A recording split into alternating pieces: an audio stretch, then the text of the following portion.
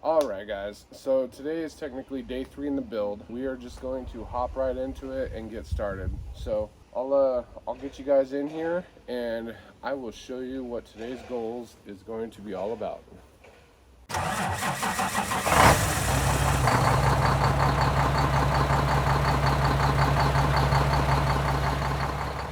I got off early today so I could come out and actually get a couple hours in on this. I am off tomorrow, but tomorrow's going to be a different video. We're going to be taking you somewhere else tomorrow, so I want to try to at least get some of this done today. Maybe get the bedsides welded on, maybe get the platform welded on, but we'll figure it out, so we'll get into it. This is the rear tailgate section. So as you can tell, the width of the Honda is actually too wide if we were to just flush this up with the back of the car. So what we're going to do, we're going to actually cut these intersections out. If you can see right there, that whole section, we're actually going to cut those out, and then I am going to, on this side of the tailgate, or we're actually going to add the filler neck on the inside here. So that's going to be the goals for today. As you can tell, I did start setting up a platform. It is slightly angled to help water shed out of the back so it's not pulling up front.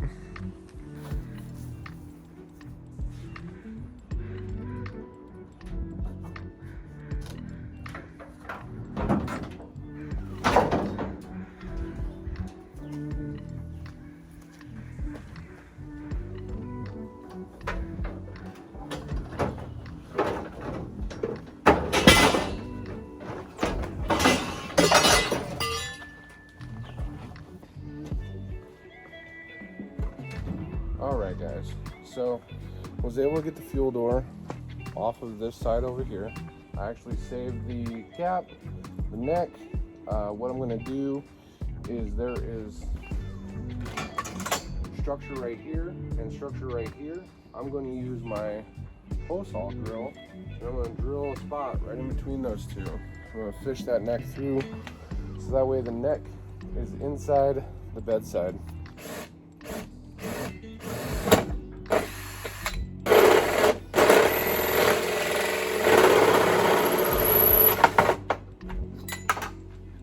These are reinforcement areas to help structurally keep the strut tower from flexing. The reason why I didn't want to cut into either of those is because we're taking so much material away already. I just have to open this up now a little bit over here for the vent tube, and then we'll snake that down through that hole. And then always keep a rag over your fuel tank because you don't want to get anything in there. So this took way too long. I'll just get you in here and show you what I did. So you know how the fuel door used to be right here, right? Well, I relocated it inboard. If we go in here, you can see I basically cut the tubes, re-indexed them to where they would best suit my needs, and then welded them all back up. This will eventually get a little bracket, secure it to the strut tower, and then it'll no longer move. But it's actually pretty good right now. That way I'll still be able to fuel it up. We won't have to cut into that bedside over there. The door panel section that I'm going to be using will actually, so it'll just blend into the side. It'll look pretty good. That took a lot longer than I thought it was going to take. Dear Lord Jesus. So now it's going to be basically figuring out how I can get the bedsides mounted and how I can get them hung to where they're no longer going to be falling off of this. So as you can tell, I did cut off the outside to the body seam. What I'm going to do is I need to figure out now, get one of the bedsides up, figure out where it's going to be located, and then cut these 6-foot sections down to where the bedside will rest on the inside, and then just tack it into place. Because if you tack it, you can remove it easily. If you start welding seams, it's never going to come off without cutting a lot off. All right, guys, good morning. So, well, technically good afternoon. So today's project is going to be getting the doors on the Honda so we can get rid of the space in between the bed and the rest of the body of the car up front. So last weekend, me and my wife decided to take the bus out and just enjoy Oregon's free camping weekend. So went, got a spot in campground, had some fun, relaxed, and then immediately came back into work. I have been working 8 straight days, and then when I get home, I'll come out, work a little bit on the car. I'll get you in here and kind of show you what I'm doing and how far I've gotten. The back window is just sitting in it for right now. Yeah, let's dig into it and see how far we can get today. All right, so these doors, we got to get the glass out of them. We got to get the whole rear section of the doors removed because this area right here, I am actually going to take up with the first half of this door, and then the other half we're just going to cut out. We're going to stitch it on just to see how well it looks. The rear window is just kind of hanging up there right now. Was able to get some of this welded on. These are rock solid. This side's rock solid. It's now part of the car. I did relocate the fuel neck. It used to come out through there, but I did not want to cut into the side of the bed. So now you just have to come in here to fuel it up. It's got a vented cap still. I just moved it inboard. A bunch of my remnant pieces, like I said, every night I'd get off at 6. I'd come spend about an hour and a half to 2 hours working on it to get it to this point. See if we can get these doors cut up, because I want to see the doors sitting in that spot right there. That'll tell me ultimately how much room I got left for the rear window section. I would like to bring it up against the back of the doors just so it looks more like a truck and not like a weird crossover once I'm done with it. But yep, all right, let's get at it. On this door skin, was able to get the glass out in one piece, which was nice. So now I just got to measure how big this opening is in relation to the door, because I want to take just enough that I can weld the inside edge of the frame here all the way down into the bed, and then bolt the half door section into the old hinges. So that way I have a body line transition from the front of the car, and then I'll be welding the outer skin to the actual bed side of the S10 bed. As you notice, the rear section is bobbed in just a little bit because the S10 bed wasn't wide enough for the width of the Accord. The Accord was actually significantly wider. I think it was like 5 or 6 inches. The tailgate's on it just so I can figure out my gapping, my gap size. This tailgate is actually not mine. I'm going to be returning that because I need to find one in a little better condition. And then I'm also going to get a roll pan for the rear section here, which will make it look really nice. So let's take some measurements and see what we got to work with.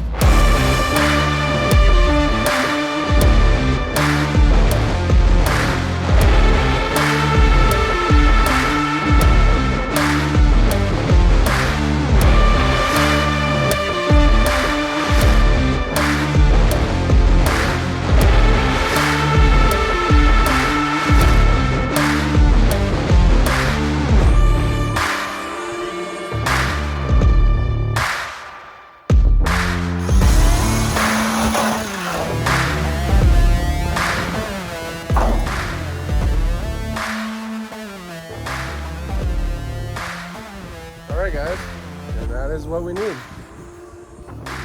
We'll have to figure out how much material we have to start bending and moving and shaping to line up with the bed.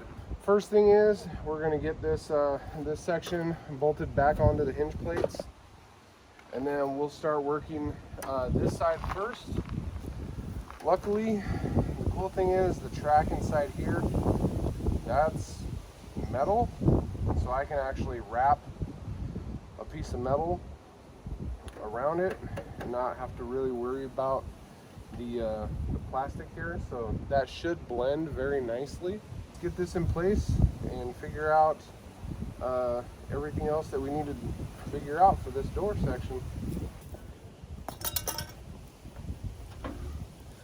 Alright guys, so now that we have roughly the door butting up right to the side of the bed, what we're going to do, we're going to make a line on the bed. What we're going to do is we're going to take the flapper wheel on my grinder and we're going to clean up all the metal on the bed from the Sharpie forward.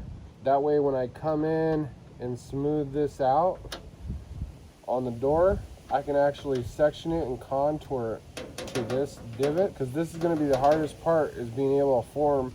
Now the Accord already had a dent right here, so I'm not really too worried about 100% looks, but I want to at least get it to where it looks somewhat like a decent little car, truck, whatever thing. So yeah, so let's get this.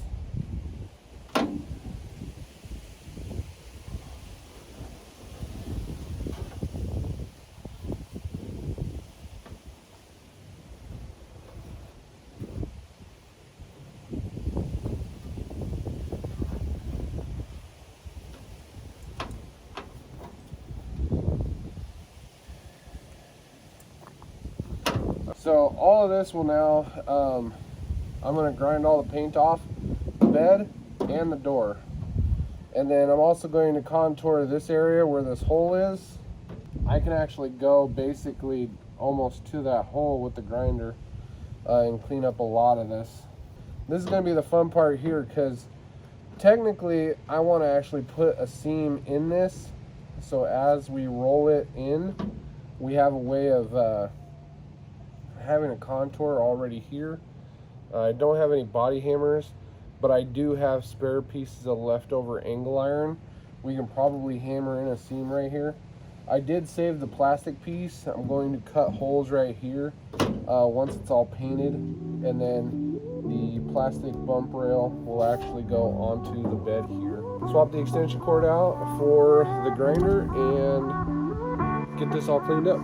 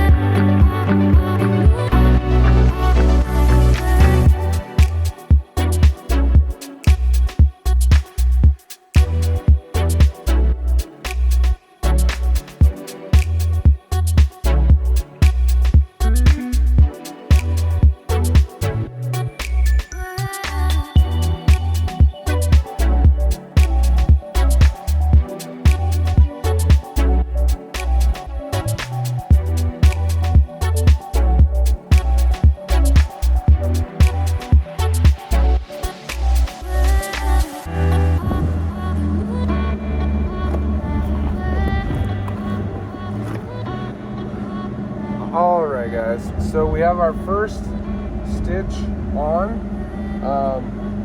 I'm really not liking this, but I can always clean and adjust this with some filler, because I would like to see a nice smooth transition across here. But all in due time, I'm not really concerned, because like I said, it's got a big old dent in it. I just want it to look as good as I can get it to look without getting super crazy into metalwork. So now that we have this first stitch on, we're going to go back, make sure that we're keeping some distance so this doesn't warp on us. Alright, so we've done 3 passes through here. we're gonna take the flapper wheel or cup wheel and just kind of clean it up. We want to maintain that clean metal status. Every time oxide comes out and contaminates the surface, your welds get consistently worse. So we're going to clean this up and then probably start end stitching the center sections that I still have yet to get, and then we'll knock it all down with the flapper wheel.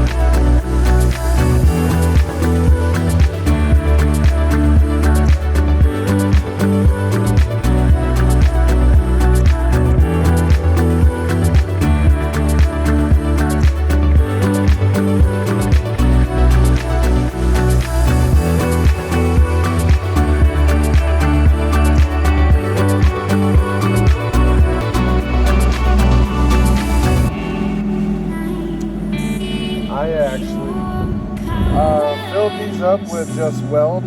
So for those that don't know like how to weld, you can actually build up a pool just by, you know, a second and then off, second off, second off, second off. You can build up a pool to kind of bridge the gap. So body filler and like seam sealer will actually no, because this will be painted. Body filler and spot putty will actually conform this to where it looks a little better. So now we just got to take the wire wheel to it, clean it up, and then take the flapper to it, and then smooth this all out and see if I want to take it any farther than where I have to at this point. So this is basically how far I want to take it right now. I did grind down a lot of it. Usually when you do body work, this would have been called a lap weld because you're overlapping a metal to a metal. So this metal will actually be a little higher. When we go and do our body work, we're going to probably have to block this whole area right here. So usually I'll go 2-3 inches this side, and then whatever that is, I'll usually double it to the lower side. That way you kind of can get a seamless transition. The area right here, I'll probably have to fill in a lot of this right here, so I'll probably take the paint all the way back to this point. And then right here, this is higher than here, so I'm gonna probably pull all the paint out and then fill that and then blend it right here. As far as this center door section goes though, it's basically where we kind of want it. This side is kind of, I'm not gonna say done. This side is about as far as I can take it before getting the other side at least started. That will also have to get cut down. But anyways, I'm gonna keep this, probably cut it off here, and then when I go to start doing the rear window section, I'll do the wraparound at this point. So yeah, one side down, the other side to go. Caught behind Venetian blinds, had to reach for the city lines. This ain't where I belong. Hey, look at me, man, what I've become.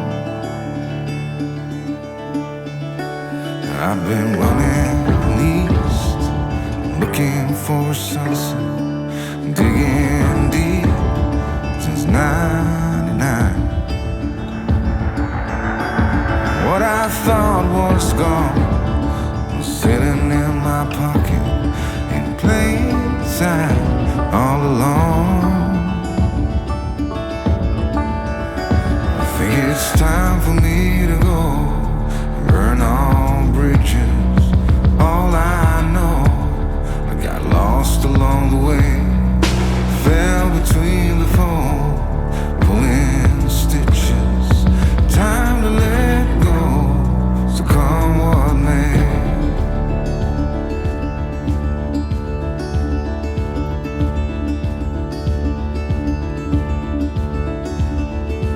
Don't look before you leave. What you give, you get to keep. So long, farewell, bye-bye. Let's have a toast for those lost old eyes. And my crooked little heart that seems so rebellious is falling apart right now. I'm bleeding, an easy kill. Gonna leave it all behind. I think it's time for me to go, burn all bridges. All I know, I got lost along the way. Fell between the fold, pulling stitches. Time to let go, so come what may.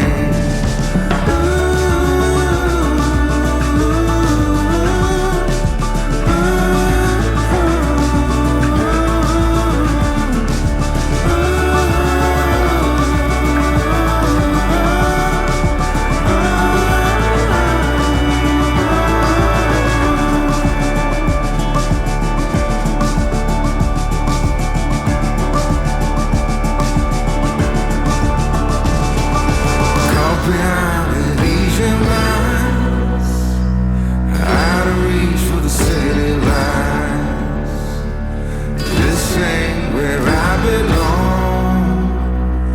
Look at me, mama, what I've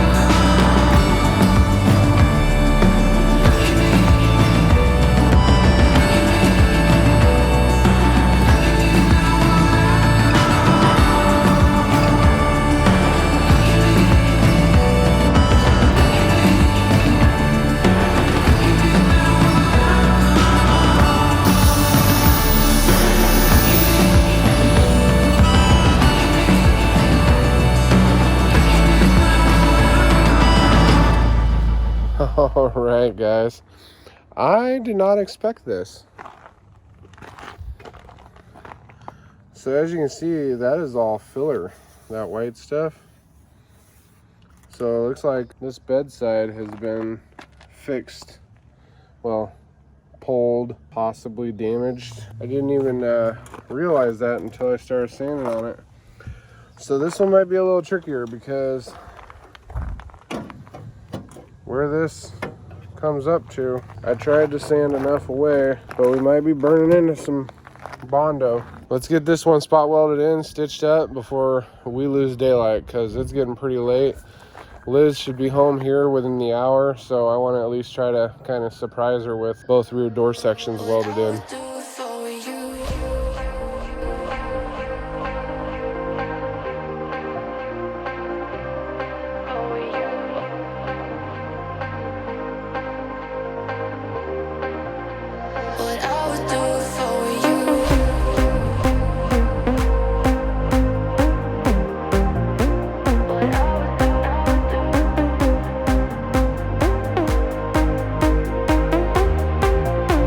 What I would do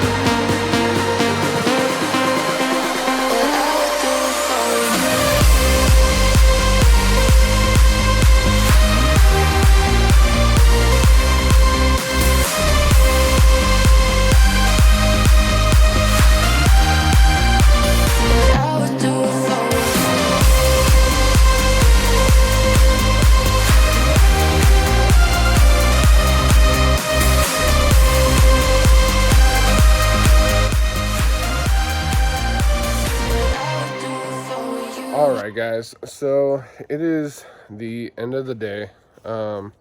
As you can tell, we got a little more done on the truck.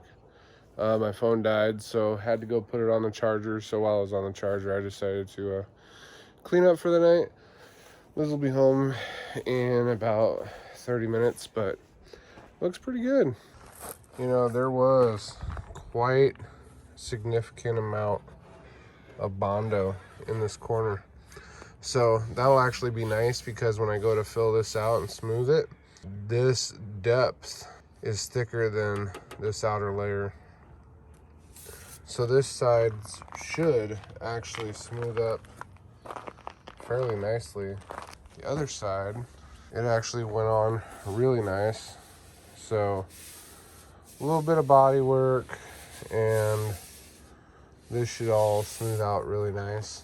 Hopefully next weekend we will be tackling the roof section. I want to bring it back to about here, because here is where there's hardware for the sunroof. I would like to keep it actually just a moonroof because I've already cut the rear track system and motor out of the roof. It's coming along nicely. Got the half doors welded on, was able to get the bed sides welded on. We got a significant amount done today. Hopefully this video, if you're new to this channel, I do a lot of automotive, bus, house. So as these videos come out, it's gonna be just a bunch of random stuff. Next weekend, I will be having a video of Drift Creek Falls. Me and Liz coming home in the bus, we decided to go up and see if it was open, and it is. So we're going to go and do that hike. So that'll be the next adventure video. As far as the Honda truck is going, it's actually going a lot faster than I thought it was going to.